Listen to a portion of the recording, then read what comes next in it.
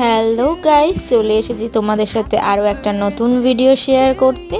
আর এইখানে আমি আজকে যেটা করছি, একটা চারকোল পোর্ট্রেট ড্রয়িং করব A4 সাইজে।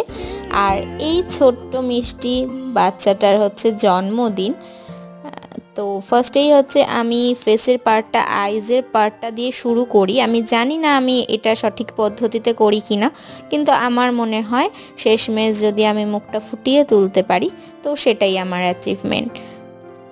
তো দেখো, আমি ড্রেসের এখানে কালারটা ব্লেন্ড করছিলাম, পুরোটাই আমি এখানে চারকোল দিয়েই করেছি।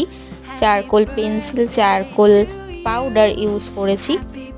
আর আমি আবারও বলছি যে এটা আমার খুব সম্ভবত দ্বিতীয় কাজ।